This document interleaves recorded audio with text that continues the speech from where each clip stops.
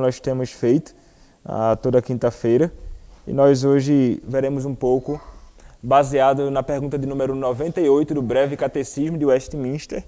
Nós veremos um pouco hoje sobre o que é a oração. E a pergunta de número 98 do Breve Catecismo de Westminster diz o seguinte: o que é oração?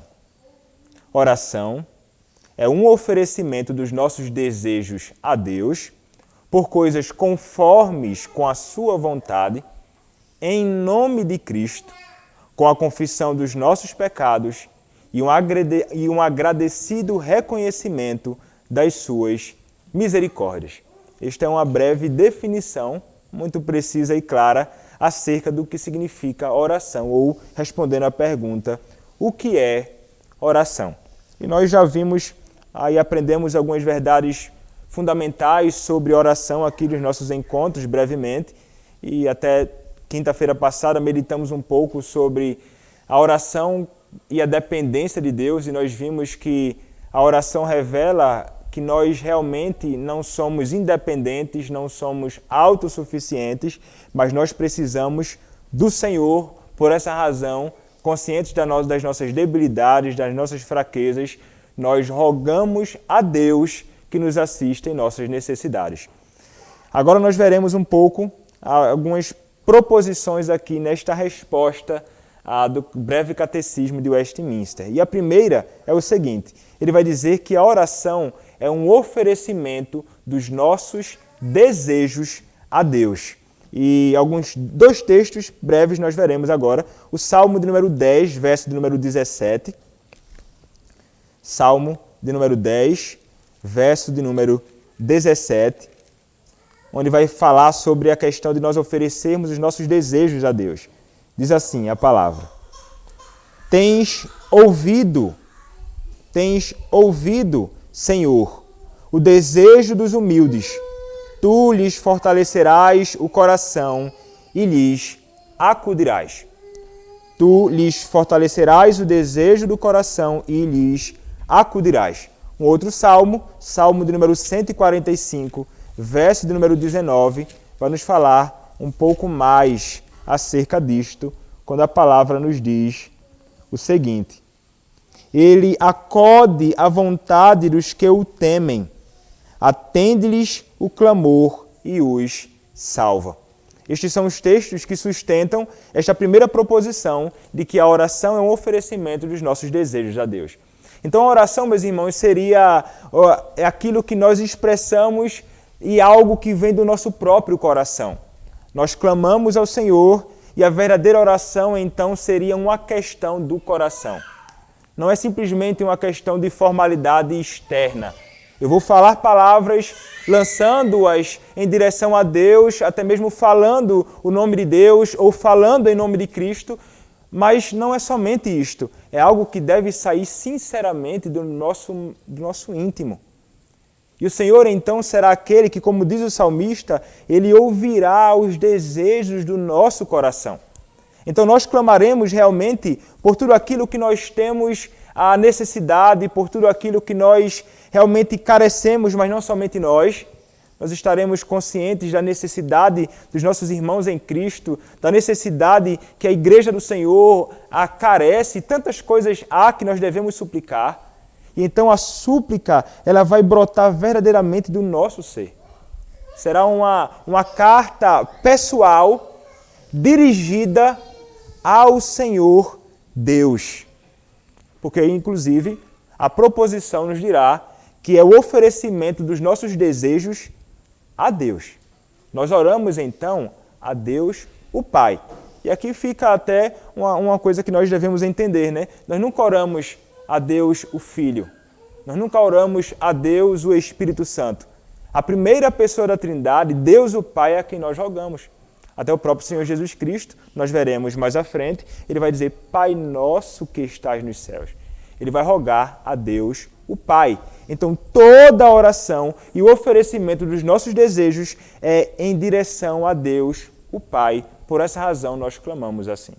Então, Deus o Pai é aquele a quem nós oraremos e pediremos, e nós ofereceremos, então, aquilo que há no nosso ser, no nosso maior íntimo. Como mencionei anteriormente, como se estivéssemos escrevendo uma carta bem pessoal, dirigida ao nosso Senhor, suplicando e apresentando a Ele aquilo que nós precisamos, né? As nossas necessidades, bem como aquilo que diz respeito ao próximo.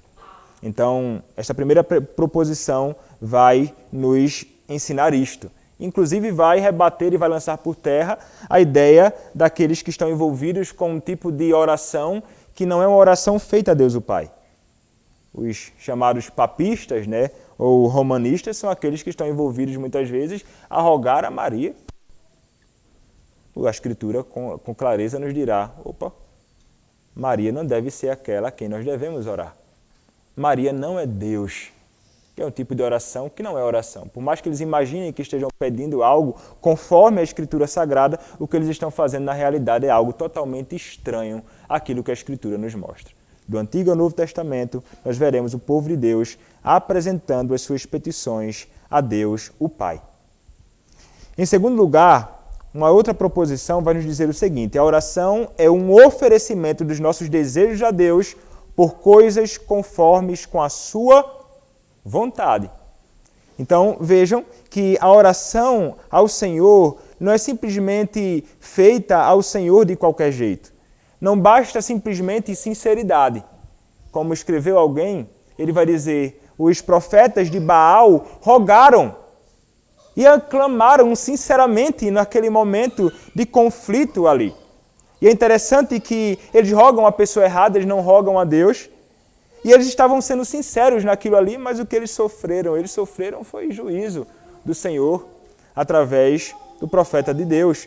Então o que acontece? A oração ela não é simplesmente algo que deve ser sincero, algo que deve brotar do meu coração sinceramente, mas deve ser por coisas que estão alinhadas com a vontade do Senhor. E onde nós encontramos a vontade do Senhor revelada? É na Escritura Sagrada. Do Antigo ao Novo Testamento. Os 66 livros inspirados por Deus são a palavra do Senhor e é onde nós encontramos a vontade dele para nossas vidas, é onde nós encontramos as promessas de Deus baseadas nas quais nós oraremos ao Senhor. Então, não pode ser por qualquer coisa. É isso que nos diz a palavra e vocês podem olhar comigo em 1 João, capítulo 5, verso de número 14. 1 João, capítulo 5, verso de número 14, quando a palavra nos diz o seguinte: e esta é a confiança que temos para com Ele, que se pedirmos alguma coisa segundo a sua vontade, Ele nos ouve. Se pedirmos alguma coisa segundo a sua vontade. É isso que nos diz a Escritura Sagrada. E é interessante, não é? Ele vai dizer assim: e esta é a confiança, ou esta é a segurança que nós temos.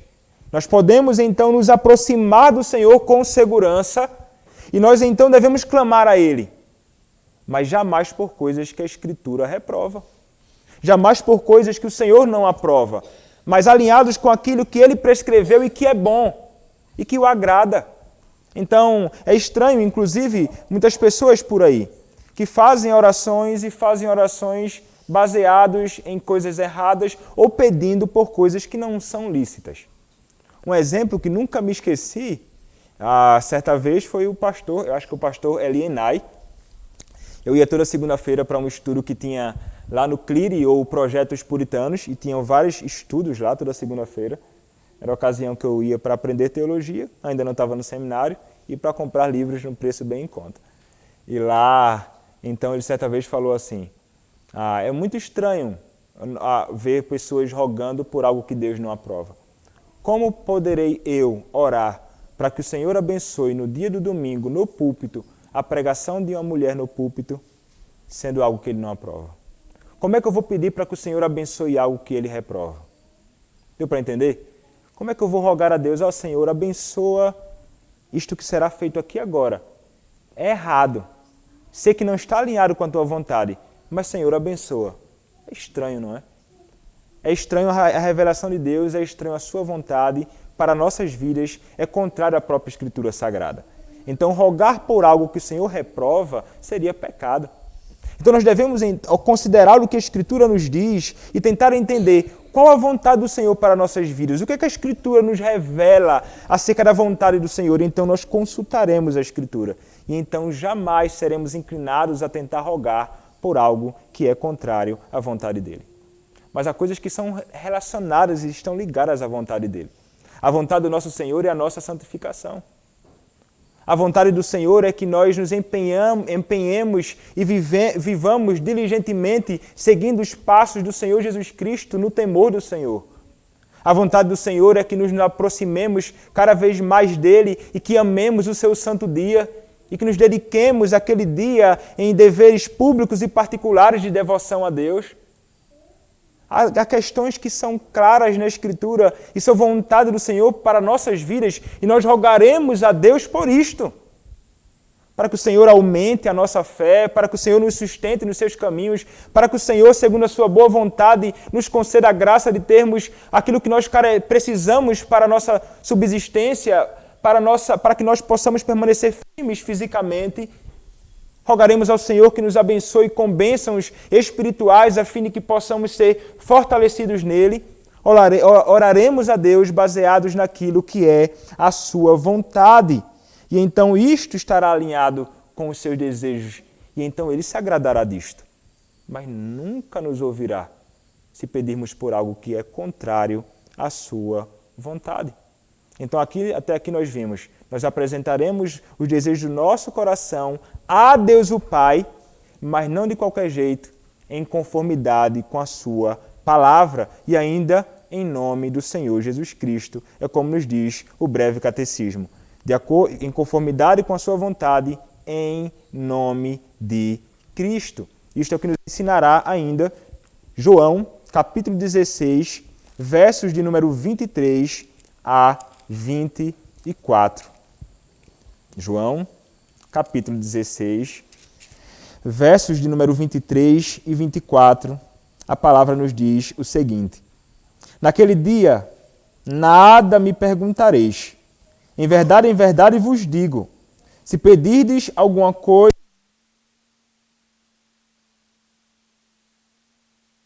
tendes pedido em meu nome.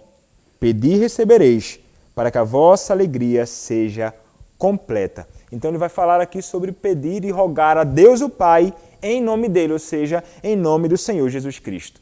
E aqui nós devemos deixar de lado a ideia que muitas pessoas podem ter por aí. Falar o nome de Cristo são palavras mágicas, né? Então eu vou rogar ao Senhor, vou falar em nome de Cristo e então tudo acontecerá. Não é este o ponto. O texto não está dizendo que orar em nome de Cristo ou mencionar em nome do Senhor Jesus Cristo, amém, no final das orações é garantia de que nós receberemos qualquer coisa. Ou que isto são palavras mágicas para que os nossos desejos sejam satisfeitos.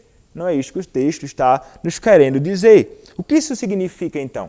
Significa dizer que nós suplicamos a Deus na dependência da obra de Cristo. Significa dizer que nós nos achegamos a Deus o Pai, baseados naquilo que o Senhor Jesus Cristo fez por nós. Então é alguém que vai orar a Deus o Pai, tendo verdadeira fé em Cristo. Significa dizer que são aqueles que oram, e estes que rogam a Deus o Pai são aqueles que estão unidos a Cristo e que oram em nome de Cristo, porque estão unidos a Ele. Então as orações são orações feitas por pessoas que conhecem ao Senhor, foram redimidas por Ele e rogam então em nome de Cristo. Então muitas pessoas por aí podem rogar a Deus em nome de Cristo. Liberais podem orar e falar no final em nome do Senhor Jesus Cristo. Ecumênicos e tantas outras pessoas envolvidas com tantas outras práticas erradas, ímpios e tantos outros aí poderão falar em nome de Cristo. Mas não é simplesmente falar o nome de Cristo. E amém. É estar unido a Ele, é orar baseado na obra salvífica de Cristo, baseado naquilo que Ele fez por nós, baseado nos méritos do Senhor Jesus Cristo. Isto que significa orar em nome do Senhor Jesus Cristo. Até mesmo se deixarmos de falar no final, em nome do Senhor Jesus Cristo, isso não significará que nossa oração deixará de ser ouvida, ela será ouvida. se apresentarmos a nossa oração com sinceridade no coração a Deus o Pai, em conformidade com a sua vontade, em Cristo Jesus. E em último lugar, a oração vai envolver, como nos diz o breve catecismo, com a confissão dos nossos pecados e um agradecido reconhecimento das suas misericórdias. Nós seremos, portanto, aqueles que estarão plenamente conscientes da sua condição diante do Deus que é santo que rogamos. Nós saberemos que nós somos pecadores, então, na ocasião em que nós rogamos a Deus, nós iremos apresentar ao Senhor com sinceridade no coração a nossa miséria. Que nós somos pecadores culpados, mas conscientes de que Ele é um Deus que é perdoador e que é um Deus que perdoa os nossos pecados. Que Ele é o Deus que é fiel e justo para nos perdoar os pecados e nos purificar de toda a injustiça, que é um dos textos que eles vão mencionar aqui. 1 João, capítulo 1, verso 9. E também com ações de graças, Gratidão por toda a misericórdia de Deus, que Ele nos assiste em toda a nossa vida. Como nos diz o texto de Filipenses, capítulo 4, verso 6. O último texto que leremos e diz assim, Filipenses 4, 6. Um só Deus e Pai de todos, o qual é sobre todos e age por meio de todos e está em todos. E nós seremos aqueles, então... eu li errado. Isso aqui é Efésios, Filipenses, capítulo 4, verso 6. Não andeis ansiosos de coisa alguma. Em tudo, porém, sejam conhecidas diante de Deus as vossas petições pela oração e pela súplica com ações de graças. Então, nossas orações sempre envolverão as súplicas a Deus, envolverão também ações de graças ao Senhor. Isso é um reconhecimento das suas misericórdias sobre as nossas vidas. Então, meus irmãos, oração é isto. Recapitulando, nós somos aqueles que apresentarão os nossos desejos sinceramente ao Senhor, que nós apresentaremos os nossos desejos não a qualquer ser neste mundo, mas a Deus, o Pai, rogando a Ele. Nós não faremos isto simplesmente com sinceridade, mas baseados nas verdades de Deus que nós encontramos na Escritura Sagrada. Nós oraremos em nome de Cristo, estamos unidos a Cristo, portanto rogaremos a Ele. E então também com a confissão dos nossos pecados, pois temos pecado contra o Senhor, e então nós sempre oraremos pedindo a Ele que seja misericordioso para conosco, mas sem deixar também de dar graças ao Senhor por toda a misericórdia que Ele derrama sobre nossas vidas. Isto então seria uma breve definição daquilo que nós fazemos diariamente, bem como daquilo que nós faremos aqui nesta noite, nesta reunião de oração. Amém.